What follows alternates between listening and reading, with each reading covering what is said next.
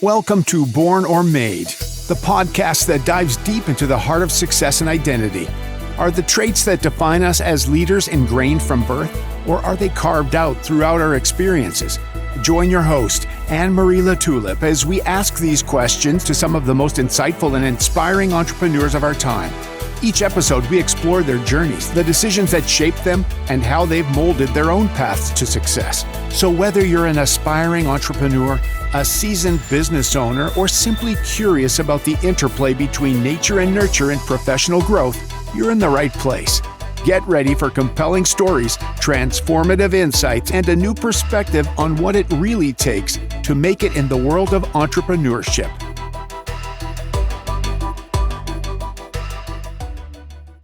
Hello and welcome back to the Born or Made podcast. I am your host, Anne-Marie LaTulip, and I am so thrilled today to have the lovely Patti Troisi. She is a creative life and alignment coach, international speaker, actress, and writer with over 25 years experience guiding heart-led leaders to full self-expression and breakthrough success. She is deeply committed to holding space for empowered self-expression, deep connection, and lasting transformation for individuals and teams alike.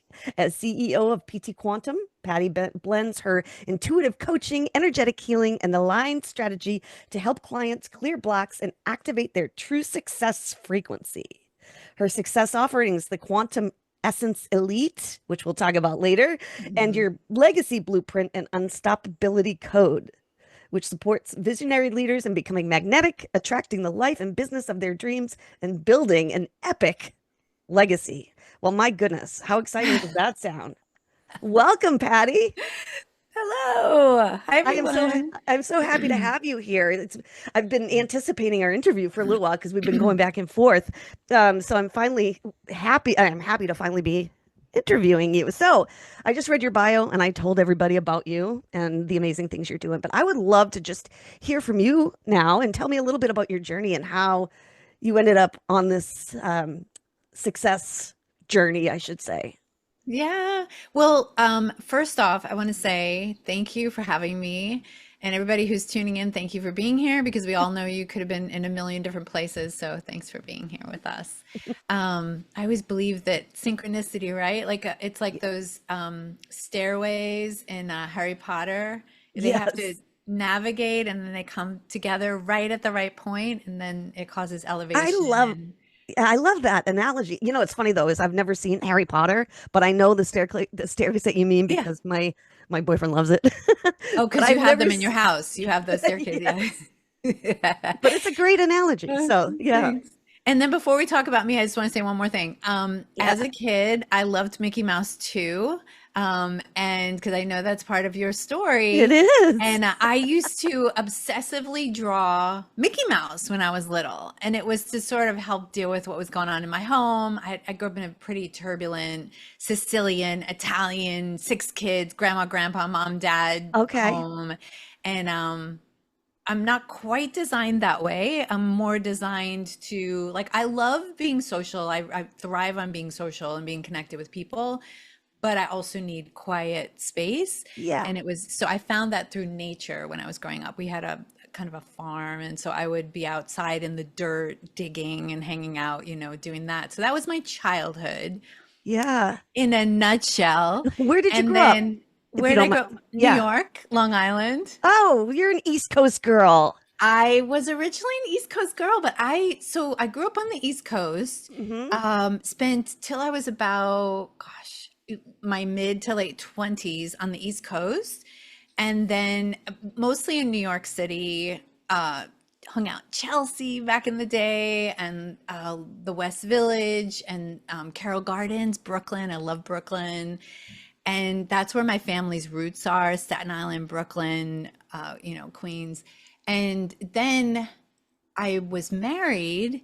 We actually got married in upstate New York, and then we moved to Los Angeles to live the dream. Oh, that's right. I knew that about you. Right. Because at that point I'd studied, I had a business degree, but because my dad nailed that in us, you have to get a degree. So I had my business degree, but then that's what I was doing, like a new business program. it was crazy, like on the go in New York City, like connected with like 500 hotels, concierges and connections in the city. But at the same time, I had the freedom to study with Richard Pinner with the Neighborhood Playhouse for acting. And that's another story of how I Yeah. wound up acting. And then, rehearse plays when I was supposed to be like out on sales calls, because I get those done. I have a lot of energy, so I get those done really quickly. And then I would go and rehearse for a play. So it was really great. But then the next thing was, okay, I want to be on TV. I want to make people laugh. And I want to, help the world heal through laughter and storytelling. Oh And my goodness. so, That's awesome. All right, let's put a yeah. pin in that because I want to ask Okay. you All all right. about that. But Okay. you were saying as a kid, you'd like to go outside and dig in the dirt, and that was sort Yeah. of how you found your peaceful, quiet time. Do you still need to do things? I don't mean dig in the dirt now, but do you still Yeah. find that you need to, step away and connect with nature now, even though, you're such a busy entrepreneur? I honestly, like, more than ever, we need this. Like, Yeah. I honestly, somebody was interviewing me the other day, and we were talking about they were like, what was your favorite movie as a kid? What was your escape? And I remember my grandma took us to, they were doing a Disney Disney, yeah. Disney series giveaway, and you could go to the movies. And grant you, there was six of us, so it was expensive to go to the movies, so we really didn't go.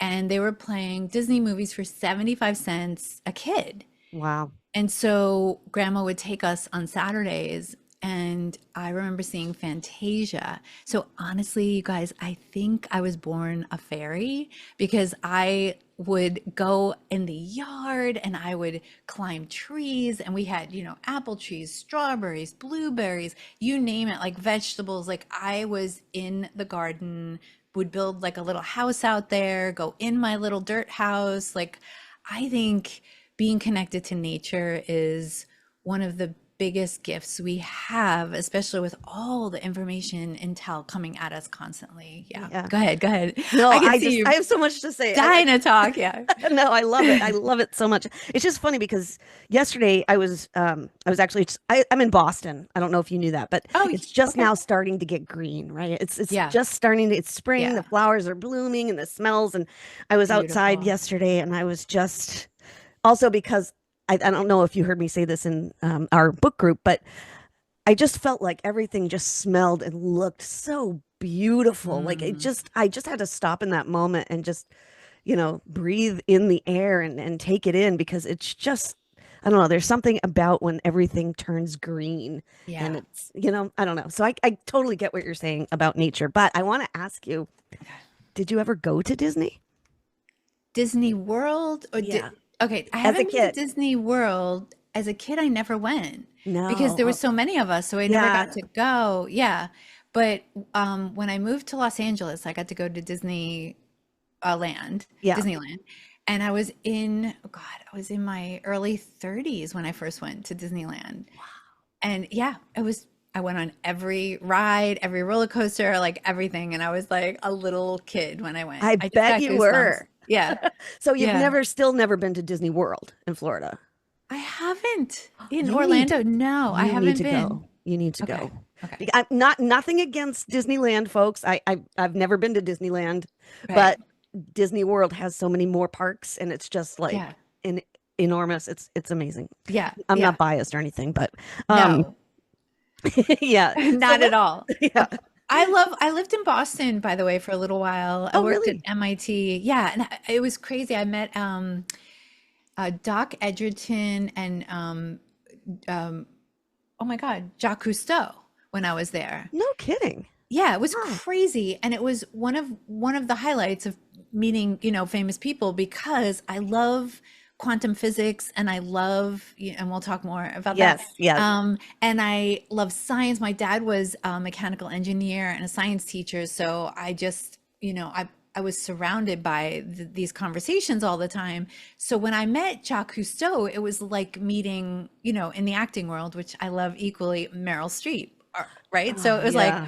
I Mhm. mean, and then Doc Edgerton, I was fascinated by him because the reason was Doc Edgerton came to MIT because he invented the strobe light. So he made Jacques Cousteau's work possible. So anyway, that was my small, I worked at MIT for like about a year and a half. So yeah, but What did it you was too do cold there? for me Yeah. there. Oh Oh my no, it's God. Yeah. brutal. It's brutal. Yeah. I Yeah. lived in Florida for a long time, both in Orlando and Sarasota, and up here it's just makes me want to go back. Yeah. But I'm from here, so I can't go back because I have family here and stuff. But anyway, Yeah. what did you do at MIT? I work, so I believe in a dynamic life, Emery. Like I honestly Yeah. believe in dynamic life. So while I was putting myself through college, I one of my professors was an alumni of MIT, and he was in my public speaking and business course. He and I connected right away because I love speaking to people. Yeah. Um, and so I loved his class. And then the skipper of a boat that I used to crew on a sailboat out of Manhasset Bay Yacht Club. And the skipper of the boat was John Casey, and he used to call me Patty O'Reilly because of my red hair. And so he was an alumni graduate as well. And I always wanted to go to Boston. So it didn't matter what I did at MIT. I just wanted to go there and work. And Yeah. it was cool because I wound up in the alumni association helping with fundraising. And so but I got to take classes when I was there too.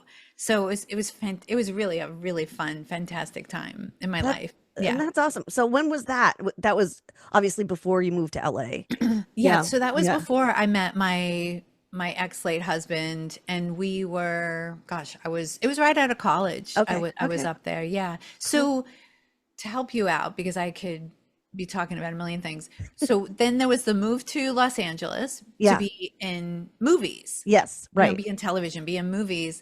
And that happened, I moved out to Los Angeles, made some amazing friends. I was out there almost 26 years, Oh wow. long time. Yeah. So Okay. yes, I'm a New Yorker, but I gotta say, like, California's like built into me now. Like I miss it so Do you? much. Well, where are you Yeah, I now? really do.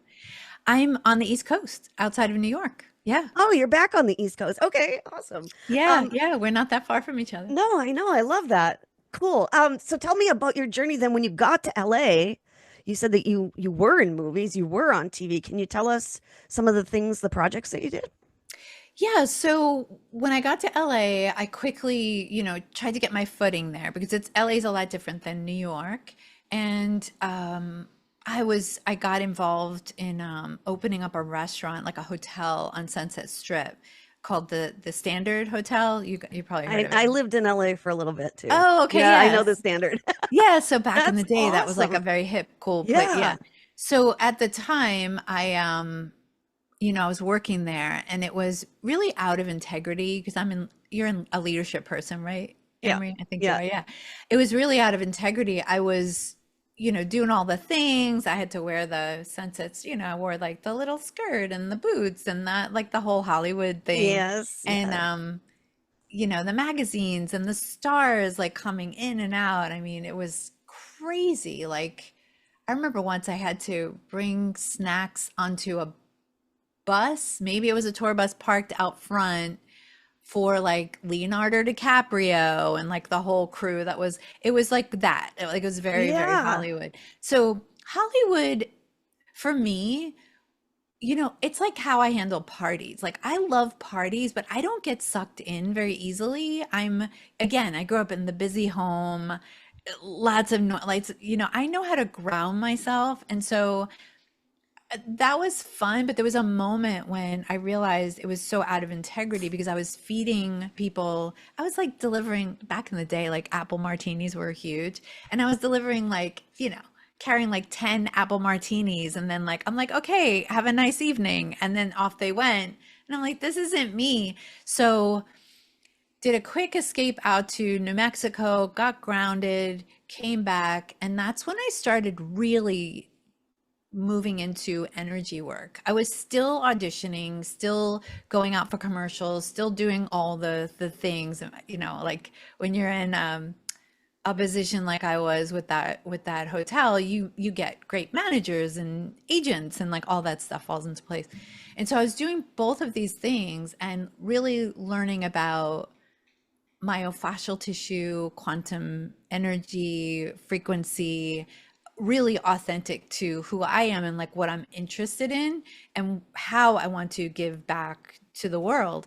And so I had these two things happening at the same time, which is a very healthy thing for me.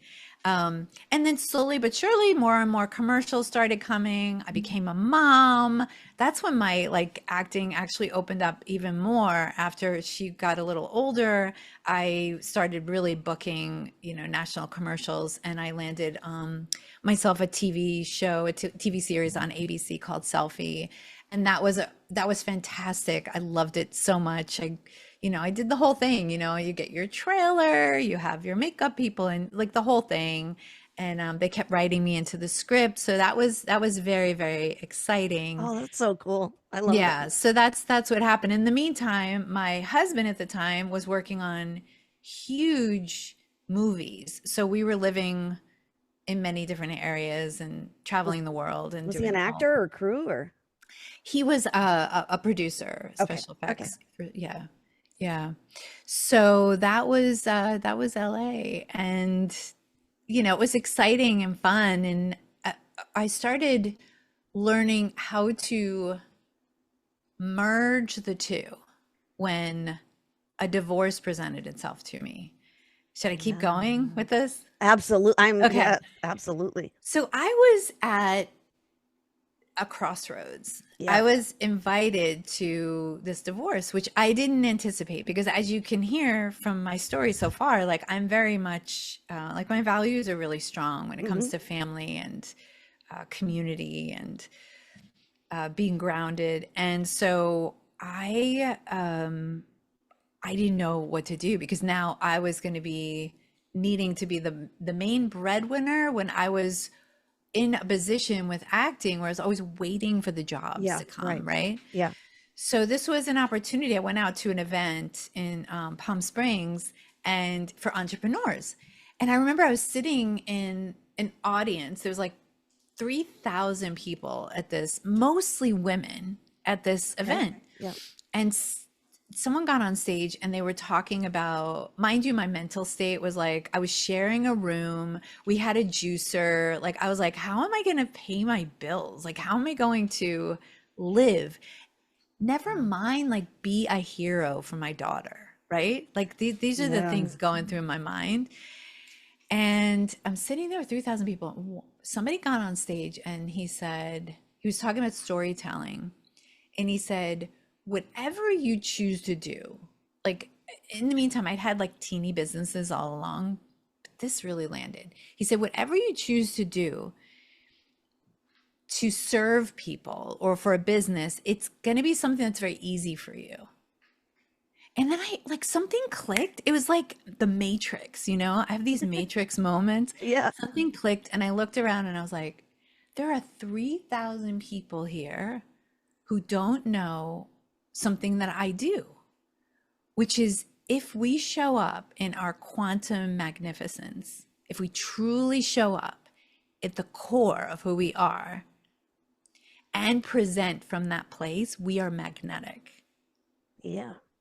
And I was like, it was like a download, like a transmission, like a Yes. download. Like a download. Yeah. Honestly, it's like, what was that movie where she's like moving everything? I forgot the one. It's like one of those special effects movies, and she's Yeah. moving like all the energy. Doctor Who, I think it is. I don't know, but that sounds Yeah, very yeah. interesting. And that's what it felt like. It felt like because I Yeah. believe in those, parallel universes and like Hmm. how and those staircases and stuff. So yeah, that's when things started to shift for me.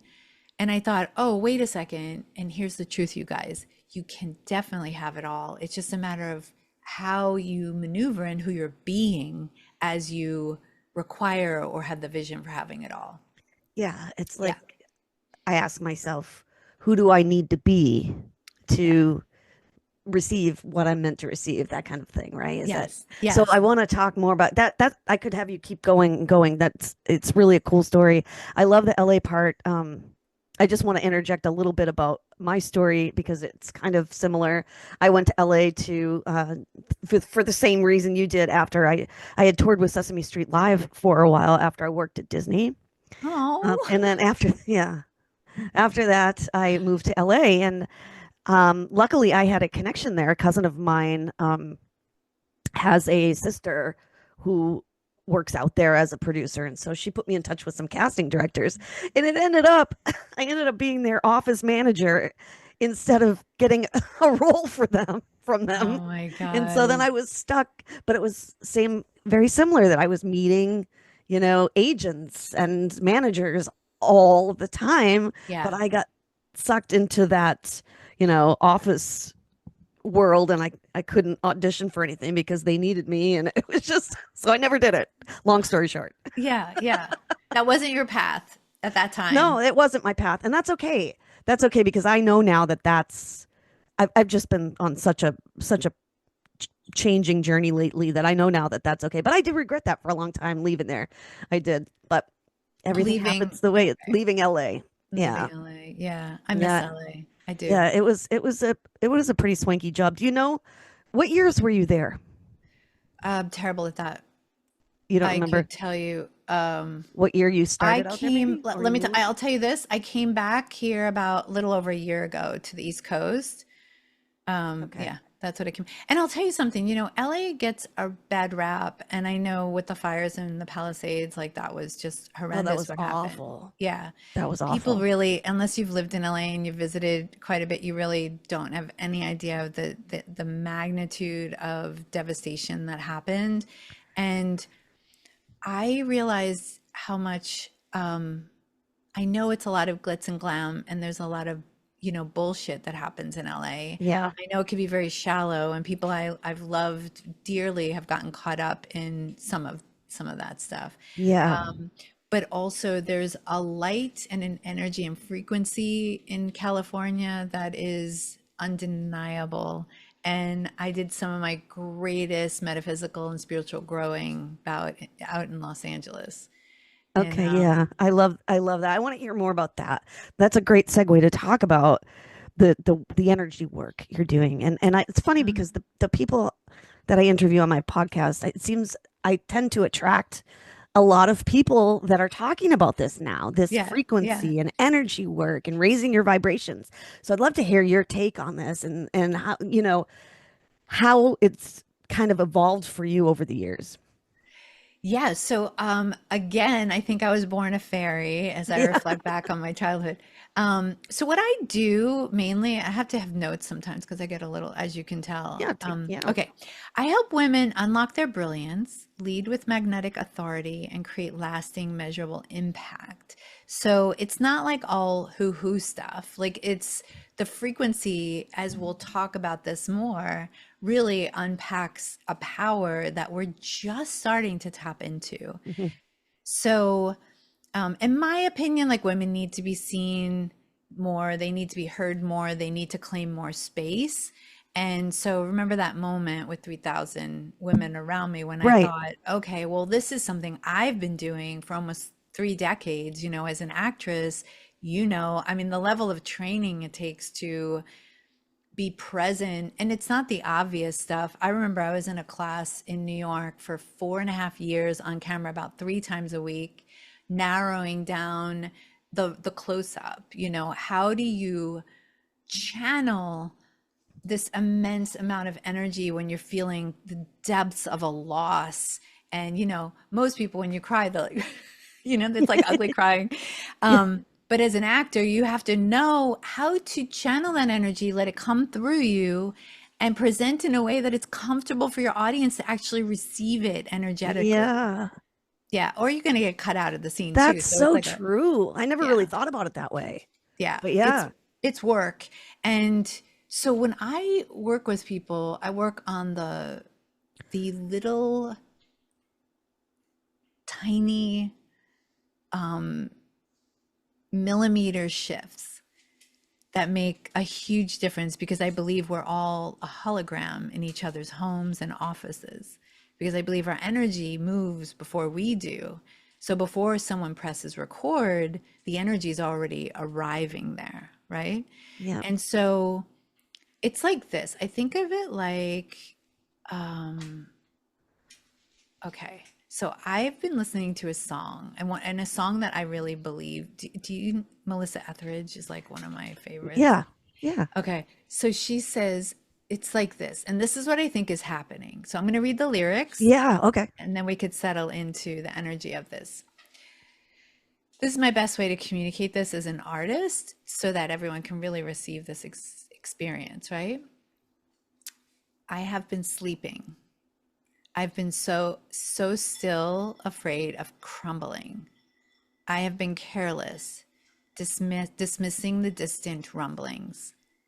Take me where I am supposed to be to comprehend the things I cannot see.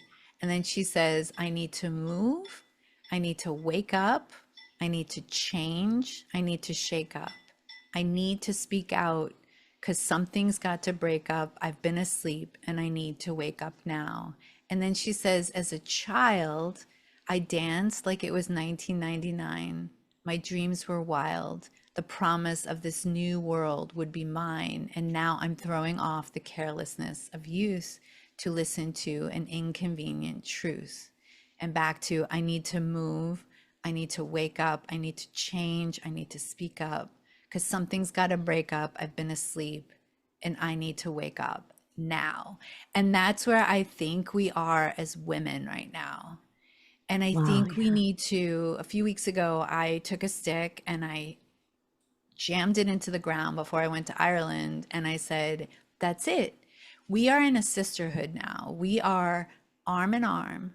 We are together and we need to support each other and we need to hold each other up. And we need to freaking wake up and realize that we cannot put each other down and we need to stand in our power. And I believe all of this comes from what I call our quantum essence. And the reason I unpacked this was because I would go in room after room after room as an actress, say for a commercial, and you know this, there's like 5,000 people submitted for a commercial spot. So I started to think like, why am I booking these national commercials? And then once I unpacked that, then I was like, okay, well, now I came out here to do television. How can I book the TV show now? And so I started studying my quantum essences, I call them, like the things that I am before my feet hit the ground. Because right now, I know I'm speaking to leaders, right? That's who's listening. Who listens to these things and who's like here still? You're a leader, right? So the dangerous thing is comparativitis when we compare ourselves to each other. It's brutal. It's brutal, right? And so because we are the trendsetters as leaders, and leadership's a calling. It's like you didn't wake up one morning and you're like, I'm going to be a leader because because it's hard. It's hard work to show up authentically with integrity and show up over and over and over fearlessly with courage, knowing and having faith because because there's something inside of you that knows. And it's like an imagined cell in a butterfly. It doesn't matter that the butterfly gets all mushed up and it's in the chrysalis and in the cocoon. Those imagined cells have the imprint. I have a little definition for anyone who needs it. Yeah, that'd be great.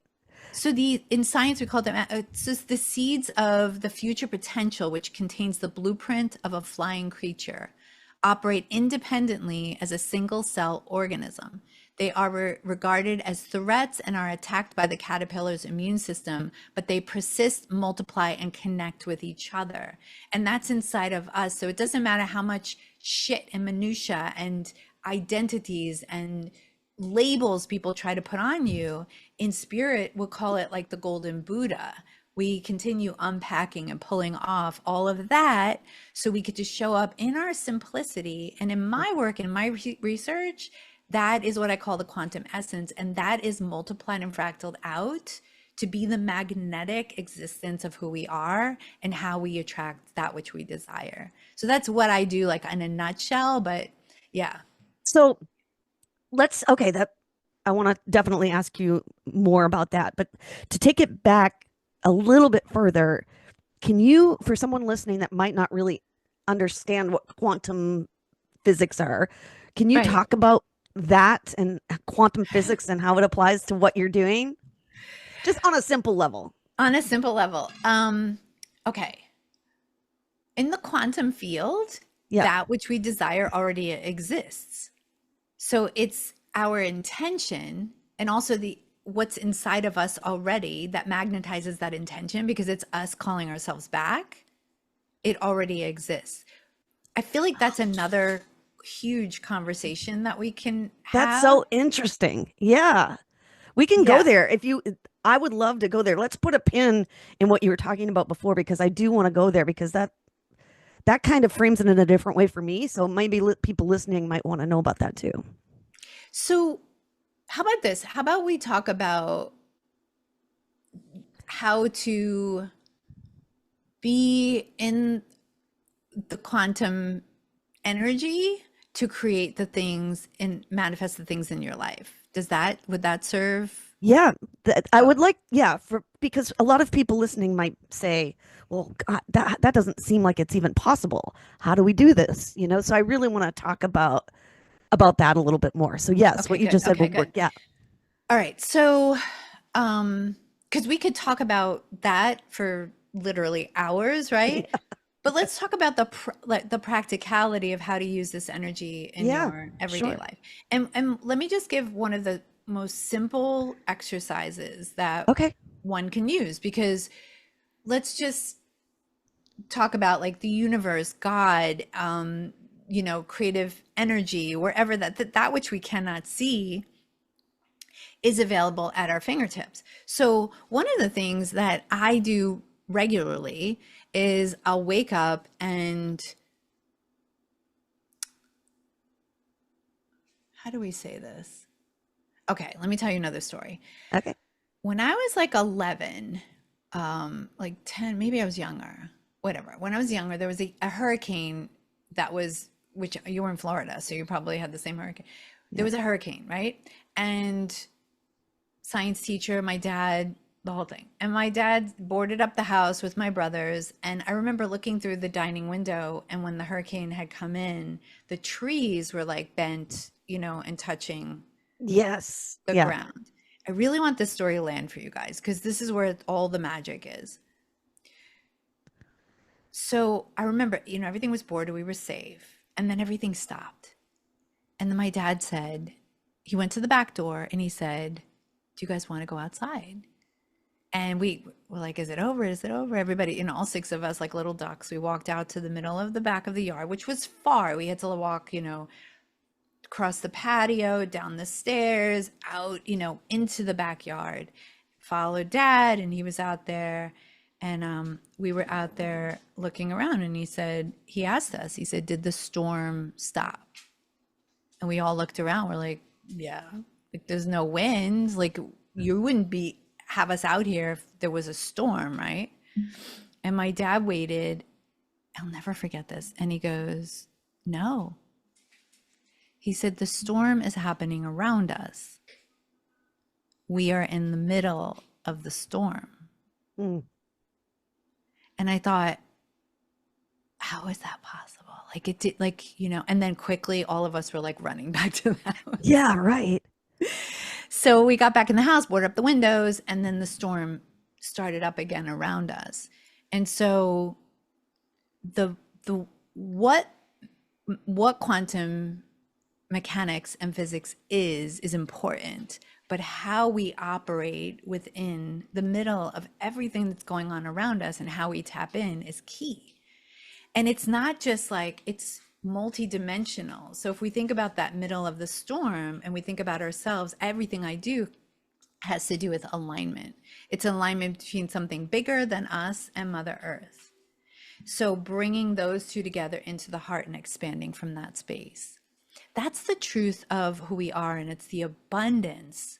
We think it's this way coming in, but it's actually us putting out our energy in order that the energy can find what we desire, and that which we desire can find us. But we have to feel safe enough to do that. We have to feel aligned to do that. So one way to start doing this, if you're not already, is to wake up, go into the mirror, look deeply into your eyes, and say, "I love you," and say it 10 times, but look right into your own eyes, because I promise you, my friend, at the end of the day, you are always there for you. and you can count on you, but you have to speak to your soul and your higher self, your highest self, not your higher self. Wow. Then when you say that, you ask, you say, well, you declare, like, show me where to go, show me who to talk to, and tell me what to say. And you let your highest self guide you. And I'm telling you, that formula creates absolute magic in your life, because it's so hard to unpack all of this in this conversation we're having Hmm. today. Hmm. But when we connect in to our highest self, that which is our greatest guide, because we're spirit in these physical bodies, and our Hmm. spirit's so much bigger than we are on this earth school, right? When we tap in and we remind ourselves, then we're guided. The other thing you could do is to set your alarm for like every hour or every 2 hours, and get into the energy of what that which you desire, as if it has already taken place. Now, as actors, we're so good at this because we're living in as if all the time, Yeah. but you speak to yourself as if it's already happened. You thank your divine guidance, your angels, your fairies, who's ever guiding you.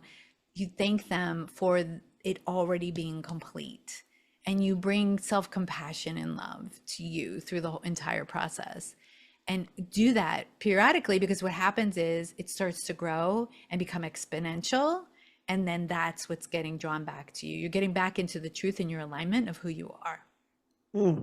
while you're playing with all of this energy, and this physics, which is a real thing. Yeah. Yeah.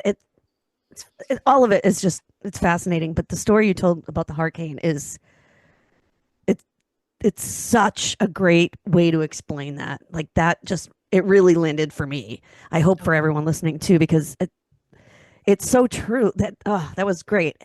But I want to go a little bit further about that and ask you, how does one, or how did you know when you're connecting with your higher self? Is it, how do you feel that? I love that question. So I can be a very anxious person at times. Okay. Anxious isn't our higher self speaking, not from No. my experience, and not from my experience with my clients. Like, and I honestly have worked with thousands of people at this point. Like, I would say that our highest self, when she's speaking to us, is peaceful, clear, calm. It's like that moment. Like, all of that can be going on around us, but if you're tapped in, you can feel it. And also, the thing I didn't share was, I don't know if I shared this, but working with myofascial tissue, we now are they're starting to believe that the Akashic records live in the cerebral spinal fluid, which is dispersed through the, yeah, right. You would know this, right? From Mhm. your, yeah. So if we could stay in that alignment and that calm and that truth, and Yeah. let our bodies do what our bodies need to do, and always be clearing out that energy, um, that which is not mine, I return back to the light. I return back to the sender. Mhm. I let it go, and I imagine, like, a shower, and I imagine it dripping off of me. Like, don't claim what isn't yours. The more we could do that clearing, the more we could stay in alignment between heaven, earth, and then out from the heart center. Then listening from that place, we get to be in the grounded calmness of the truth of who we are. And that, I would say, is the biggest piece. I think is the word that I would use Yeah. to Okay. describe that. How about you? Yeah. To me, getting rid of that which is not mine is huge, because it also, how do I say this? That getting rid of what is not mine, sometimes we think is ours, but it's not coming from, maybe like you said, our higher self. Like, for example, let me explain what I mean. Yeah. Thoughts, negative thoughts about ourself, our self-sabotaging, self-bullying. It's all coming from what we think is within, but it's really not coming from a higher self energy, like you said, anxiety, fear, all of those negative feelings that we sometimes place on ourselves, um, is the storm, or this is how I'm picturing it, is the storm around us, and that which we need to rinse away. Not only things that come from other people, but things that are inside of us already. Does any of that make sense? Yeah, it does.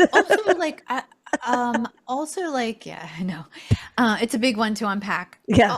If it's always okay I do a lot of EFT and tapping as well, and it's always okay to ask the question too, because sometimes we can't run away from those things either, right? Which Right. because they're clues to what we get to heal. So that's True. why I love EFT and tapping. Yeah.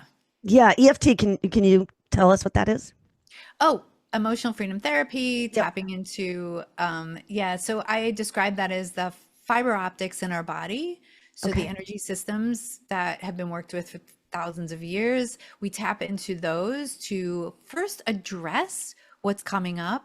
I have this, anxiety. Actually, on my website, I have my giveaway is the anxiety toolbox, I think. I Yeah. think it's still up there. Okay. We have, tap into, look at what is going on, because listen, life is life and shit goes down and Yep. it is hard sometimes. And so we have to let it be okay and be compassionate with ourselves and love ourselves and say, I am feeling all this anxiety and I deeply love and accept myself, right? We have an affirmation statement in EFT. And then from there, we start processing through the energetics of our body this old belief or memory or whatever it is that may be coming up.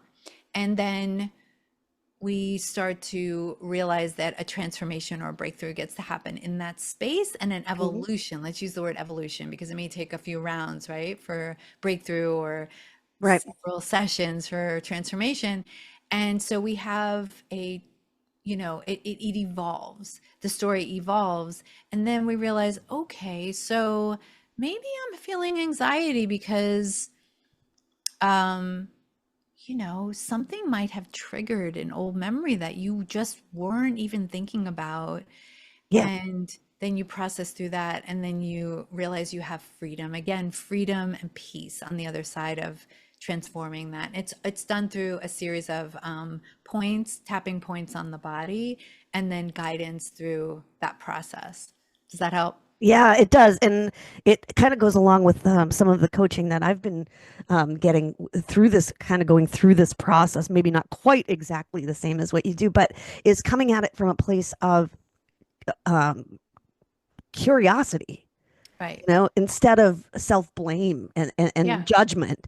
It's what, and I love that you said that. Why am I feeling anxiety right now? Why did I make that decision? What was that? And just creating the curiosity instead of the judgment is so important.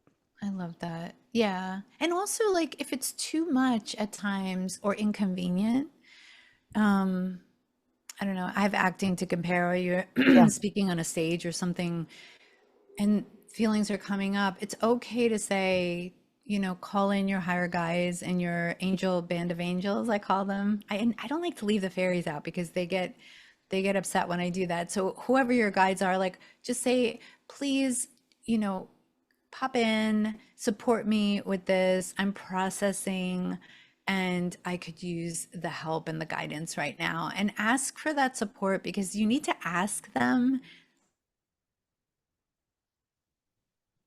They're all support us, but we have to ask for guidance. It's one of the biggest things I do when I coach people on camera, because we think we're at it alone and we're not. It's even in the song, even in her song, she says, you think you're alone, but you're not. You're not alone. And it Mhm. feels like we're alone. Yeah, it Yeah. does. And that's so comforting when you say that. And I believe that too. And I, I'd love to hear when you mention angels. I just, Yeah. I love talking about this. Do you know who Sylvia Brown is? Yeah. Yeah. She's She, been around she forever. passed. She's since passed, but Yeah. I remember Yeah. the first one of the first times I really started believing in angels and spirit guides, angels, guardian angel, all of that was through Yeah. one of her books. And she talks about her spirit guide. Her name was Sylvia, and how she had this special ability gift even to be able to hear her and communicate with her. And I thought, oh my God, that is so powerful to me. Even I was very young when I was reading this, probably in my early teens, and I just felt, because something that's scary to everyone, I think, is what happens when you die, and to know that you Yeah. have that what's the word I'm looking for, like system around you, or Yeah, yeah. it's just Network. so network, that's a better word. It's just so comforting to me. And Yeah. when I hear people talking about angels, I love to talk about it because it's one of my favorite things ever. So I would love to know if you what your thoughts are in terms of angels. Do you think we have one guardian angel? Do you think we have a team of angels like you had just mentioned? I would love to hear your thoughts on that. I think it's endless how much we have available to us in the unseen side of life. Like, I hold conferences, I have round tables, I lay in bed at night and I assign, strategy, and like my business, if it weren't for the spirit of my business would not be where it is and be moving in such a positive direction. Like, I use guidance for when I use guidance for today. The reason I brought the song was because of guidance. I turned us a card before I popped in, and guidance is always through these beautiful cards. And that was my intention here Oh, I today. love that. That's why you said you felt energy about this interview, Yeah, right? so much energy. I And love that. I can tell you guys, I've been at the bedside of my dog. Really wants to be on camera. Is that Oh, I okay if love dogs. I have two of them. They're too big for me to pick up, though. she's this is Greta. Oh, hi, Say Greta. hi. Oh my goodness, she's beautiful. What kind of dog is it? She's a terrier mix. She was on the street in South LA. She's a tough broad. We call her Yeah, Ghetto she. Greta. How old is she? She's 9. Oh, I love her little curly hair on top. The little She has a mohawk. Yeah. mohawk. Yeah. Yeah. She's got a mohawk. She's Um, adorable. Yeah, I love dogs. So so yeah, I've been at bedsides of people passing and have helped them pass over. And really. I promise you, there are angels. And when we go to home, right, to that Mhm. other place, Yeah. they're there for us. We're not doing it alone. And, I've said to people passing, it's okay. Your angels are here. Your work is done. Your work is done here right now, and it's time to go. And you can hear what they're saying. We just have to get quiet. We're so afraid, and myself too, like human beings, we're so afraid to like sit and be quiet. Oh, and be Yeah, still and just listen. But when you listen, you can ask for signs. You can ask for signs. You'll probably find feathers and see butterflies. And, I I mean, love listen, it. I think we're too far along at this point when we're talking about the unseen side of life and frequency and how it's used for healing and how, like, I think we're too far to stop pretending. Like, we need to stop pretending this isn't helping us. Like, and Yeah, just tap in already. Yeah. yeah, it's That's just so my true. take And on like it. with all of the people that I've interviewed on this podcast, like I would say, like I said earlier, about 85% of them have been, saying similar, not identical, but similar things. It's like I'm meant to be hearing all of this. And I love it so much. And can I tell you a funny story? Not Yeah, funny, please. like amazing story. Yeah. Actually, I don't know why I said funny. Amazing story. So when my grandmother was dying, she was about to pass. I wasn't there. My mom was there, so my mom tells the story. But she was very, very sick, and she had been sick for a long time. It was at the point where they were just waiting. Hmm. And she wasn't even conscious hardly at all when at the moment she passed. And then suddenly she sits up out of bed and was like, oh, and my mom was like, is it beautiful? And she says, oh yes. And then she died. Is Wow. that not the most amazing story? Like it gives me chills. Wow. That is so beautiful. Oh I know. my gosh. Have you been in connection with your grandmother? Like, have No, you? it's so funny you asked me that because the only time both of my grandmothers have passed on my mom and dad's side, right? And Mm, my grandmother, my mom's grandmother, had when you walked in her living room, she had this mirror on her wall, or at least in my dreams, she has this mirror on. I walk in her house and I okay. turn the corner and I see a mirror, and in that mirror, I see both of my grandparents, my both of my grandmothers, and I see them in my dreams. But the only way that I ever see them or dream about them is through that mirror. Is that weird? Isn't No. that weird? Like it's It's almost like when I'm dreaming, no. I know that's where I need to go to see my grandmothers. Almost, Yeah. kind of, if that This makes is sense. now, I need to grab a treat. Hold on. Yeah, yeah, This yeah, is yeah, now the new way of doing interviews, dog treats and yeah. this is bribery right now. I'm the Yeah. perfect person for that. Um, I got mine was right underneath yeah. my desk. Okay, so this is now going to be the third time mirrors come up Oh, no today. kidding. Yeah, because we talked about your mirror. Wait, we talked about going into the mirror, asking for guidance, in the Yes. mirror with your grandmas. And then a lot of the work when I was in Los Angeles, one of the things I was doing was I was an office manager for a company, which was one of the authors we were bringing in was Deepak Chopra. So I went to pick him up at his hotel, bring him to the book signing. And then Yep. so by the time we got to the book signing, I was like, I'm so tight with Deepak, right?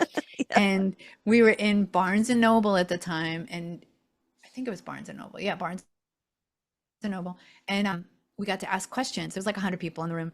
And I raised my hand, all full of myself. And I'm like, what do you do with negative people? Right? Like thinking I was like so brilliant with my question. And he looked at me and he said, life is a mirror. And it literally like set up my work. It's Oh, 100% set up my work because I was like, okay, so it's an isometric process. All of it is an internal process that creates outward results. Like it doesn't matter what we're doing, we need to continuously be moving inward in order to create the outside results. And that's what created my work. So I would say, like with your grandmas and that mirror, there is something so powerful with mirror and mirror work and mirror energy. yeah. Like it's that's Yeah. beautiful. When That's you were, beautiful. That's beautiful that you see your grandmas in the mirror. Like yeah, it's crazy. It's like, that's like they it's always the same. It's like, they are, you are them.